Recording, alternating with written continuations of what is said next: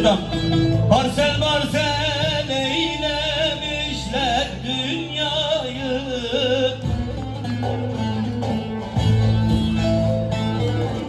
Bir dikili taştan gayrı nem kaldı.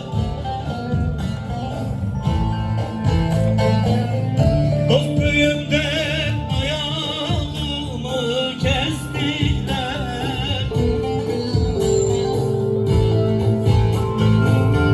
Bir akılsız baştan gayrı nem kaldı, nem kaldı, nem kaldı.